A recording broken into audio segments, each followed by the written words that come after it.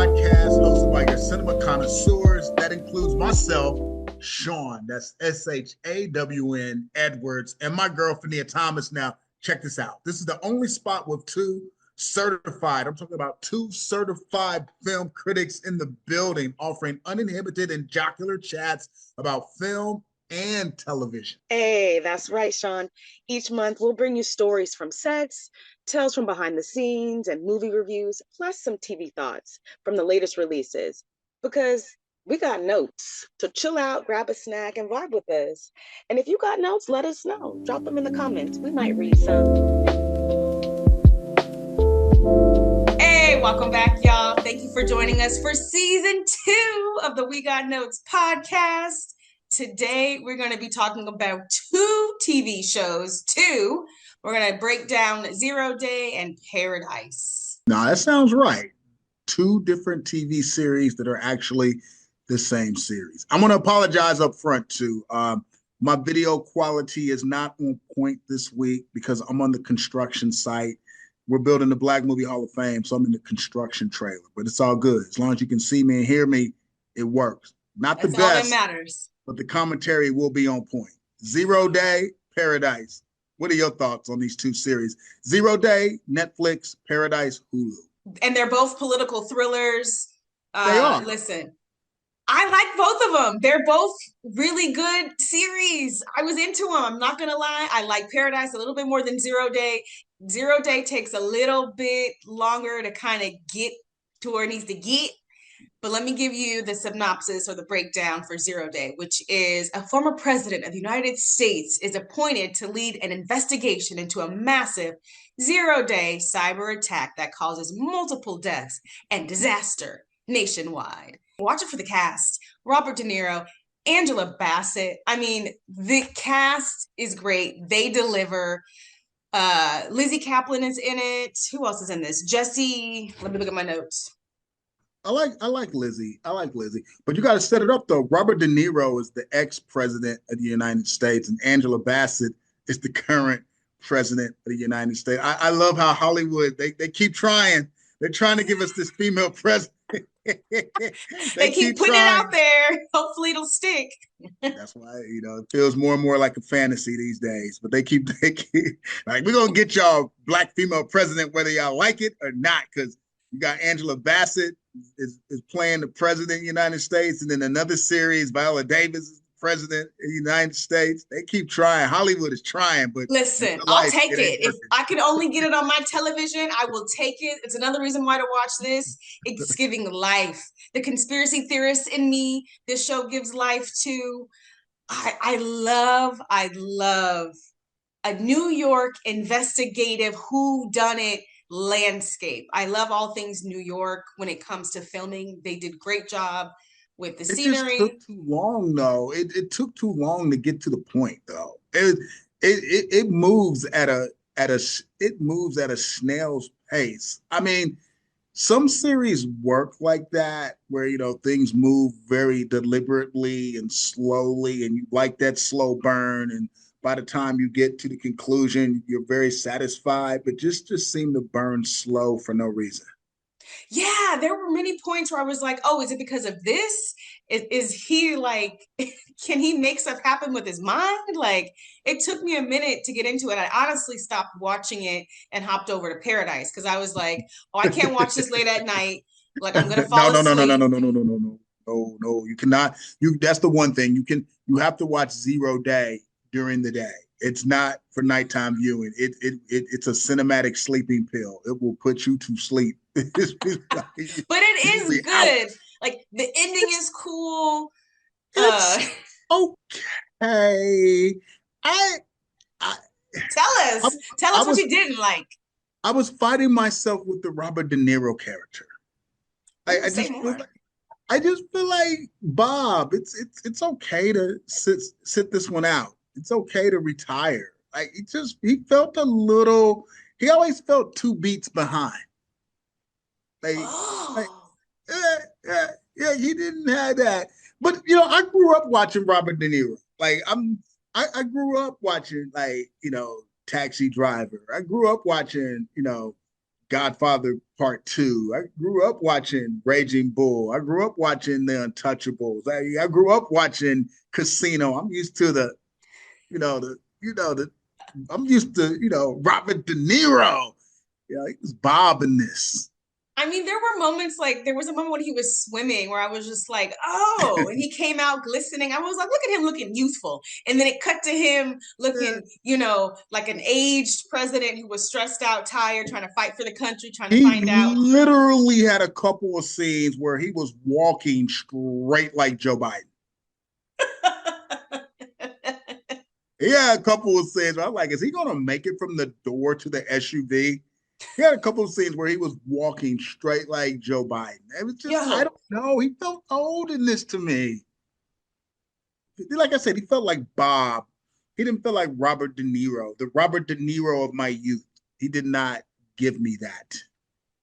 Okay, what about And when there they were in wasn't the SUV and they were trying to get out of the house? There was a like statewide countrywide blackout, and his security is trying to get him out the house, and they're mobbed in their driveway.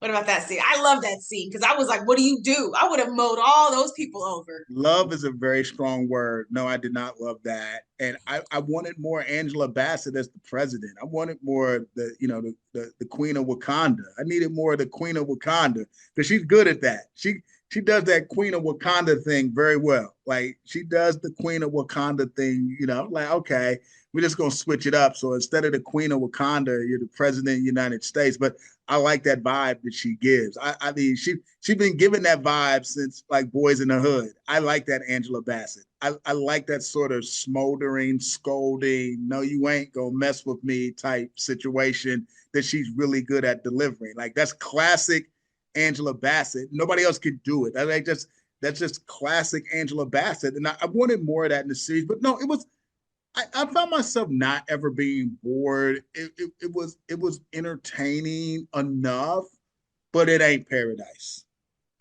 I agree. Agreed. It's entertaining enough. Watch it for the cast. I thought that they performed well. They can't do, I mean, I don't think these actors can have a bad performance with this type of material. Like they're not, this isn't like the problem with this series is in the title. Like a 0-day event is very hard to sort of convey cinematically. You know what I mean? Like the whole cyber attack thing, who did it, why they do it. It's tough to pull off. I thought they did an okay job with it, but it ain't Paradise, but it was watchable and you can watch it on Netflix. But I'm not giving it a lot of claps. I thought it had more deficiencies than it needed to have in order for me to just be out here screaming and yelling that you need to watch it. Okay, so on that note, how many claps are you giving 0 Day?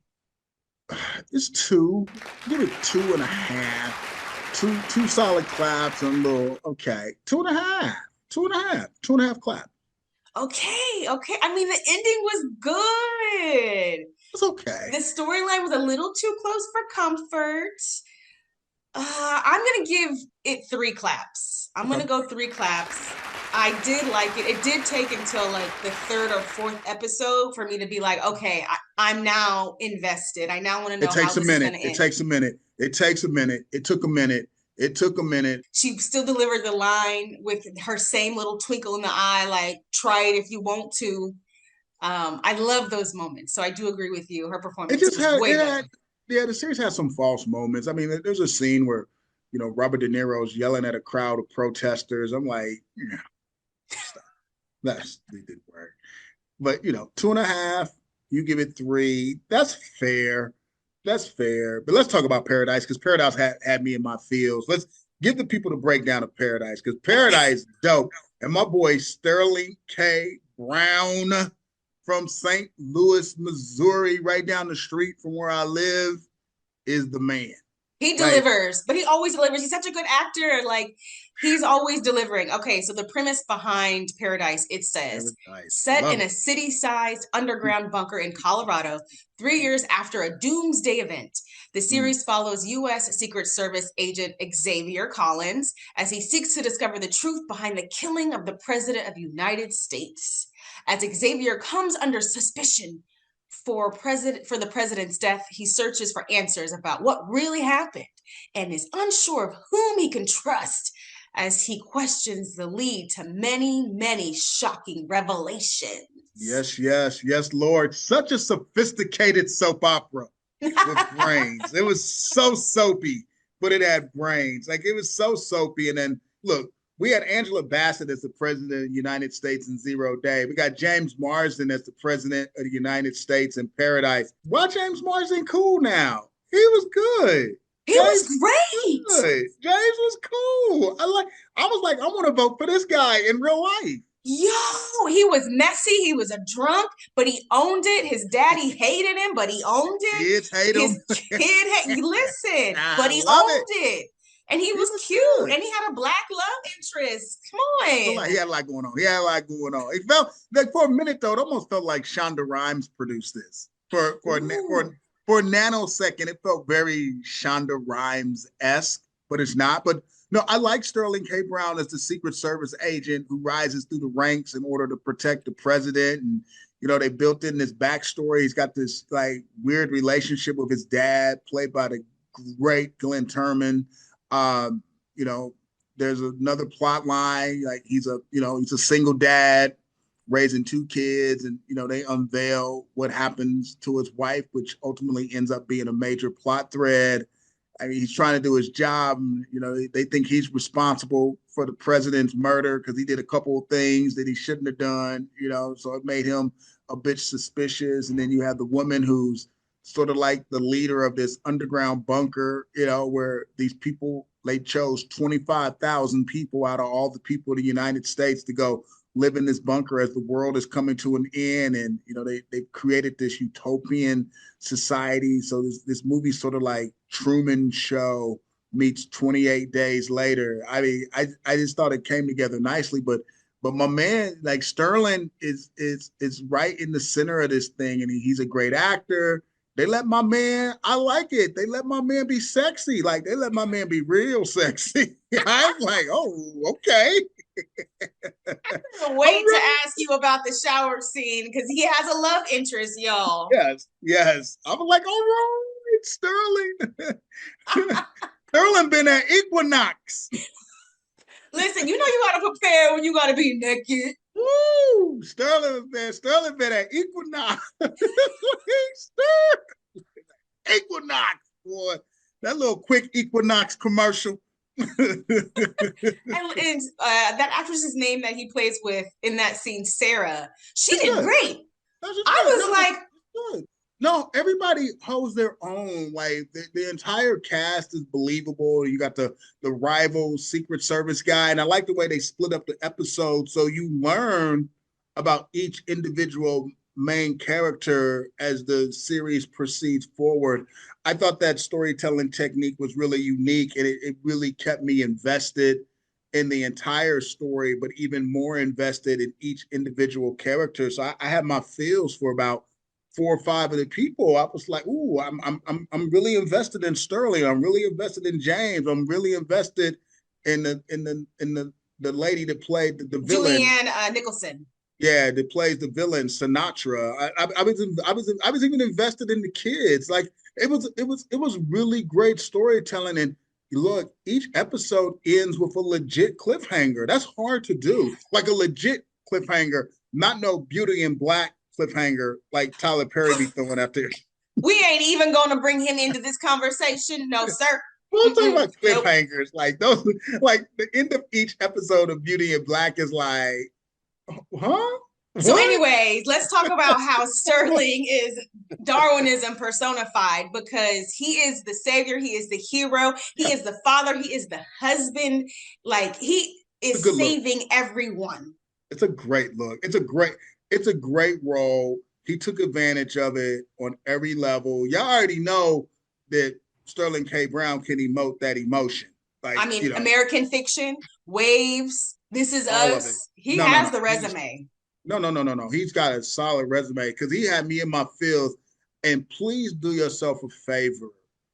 When you get to episode 7, block out all interruptions, put the phone down. If you got kids, put the kids to bed if you got some emails you need to answer, do them later.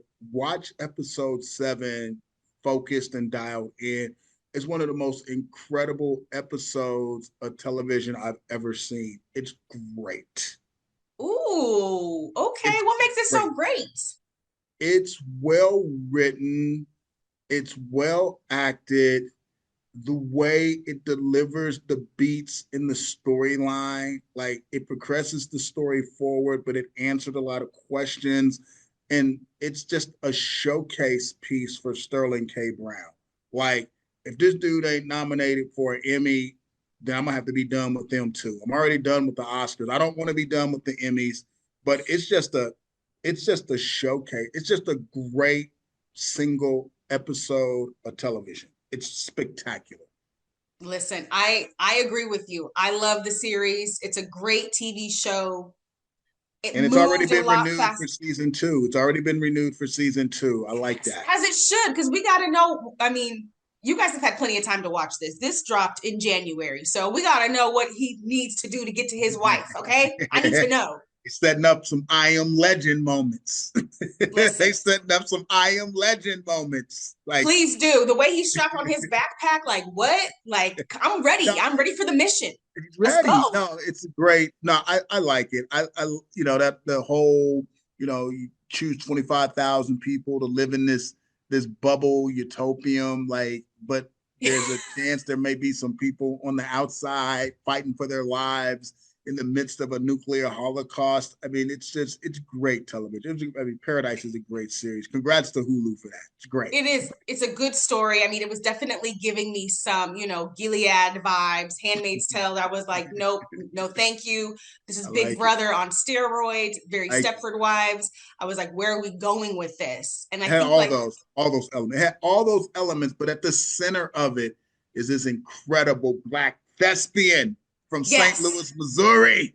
And like you said, we Killing got it. involved with each character. There was a lot of Yeah, I character like development. And that I appreciated that from the family aspect, from the female empowered aspect, like sharing their stories and how they got to where they were keeps you invested and keeps you wanting to know more. Like, even when they talked about how they were creating this utopia, this paradise, which is not a paradise in my opinion. And that West African dude was like, they wouldn't let me bring my spices. The way I hollered and his connection with his coworker, who was, he's probably from Colorado. He was a Caucasian man, but the way that they just bonded and the way he Yeah, it tried to has some help moments. him, like those The little show had some moments. morsels. The show had some. No, the show had some moments. Now, is it perfect? No, it's not perfect, but it's the best TV series I've seen so far in 2025.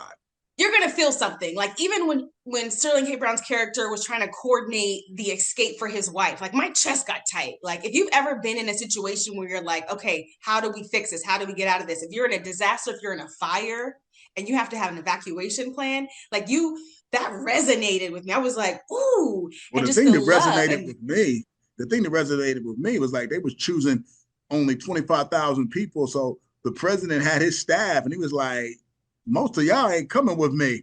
And I was like, I need to level up my game because I was wondering in the back of my mind, if there's a nuclear holocaust, would I have been one of those 25,000 people in that city?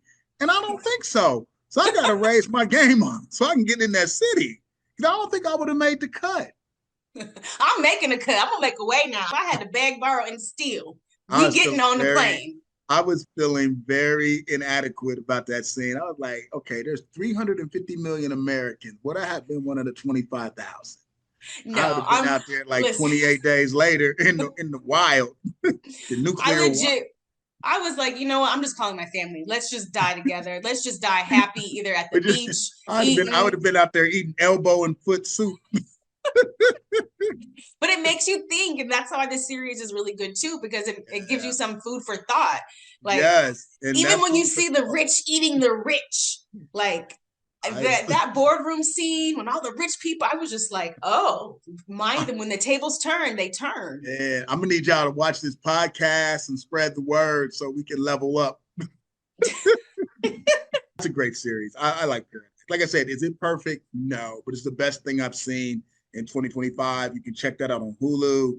I've always been impressed by Sterling K. Brown. Like, I'm even more so. I'm like, he's up there, man. He's up there. Like, all Yes, you he did casting it. directors, all you casting directors out there, if you need to elevate your TV series and movies, man, this guy should be busy for the next few years. Because, Well, man, listen, we're going to be looking forward to season 2. We cannot wait to give you our notes on that one. I can't wait to watch it. Cannot wait. Cannot wait. How many claps for Paradise? For Paradise, I'm giving 5 claps. I'm giving 5 claps because, I mean, this might be a spoiler for some of y'all, but at the end, I was like, wait, what? It was the librarian with the candlestick. Like, what? Come on. We won't go into details, but yeah, I was kind of like, oh, okay. I would go a little twist here, a little twist there. I'm gonna go 4 out of 5. 4 out of 5 claps. Like I said, I really enjoyed it. It's really well done. 4 out of 5 claps for the series overall, but I would give 5 claps to Sterling K. Brown all day. I mean, he killed this thing like all the way around, man. 360 performance from Sterling K. Brown. Love it. Paradise, Hulu, 0 Day, Netflix.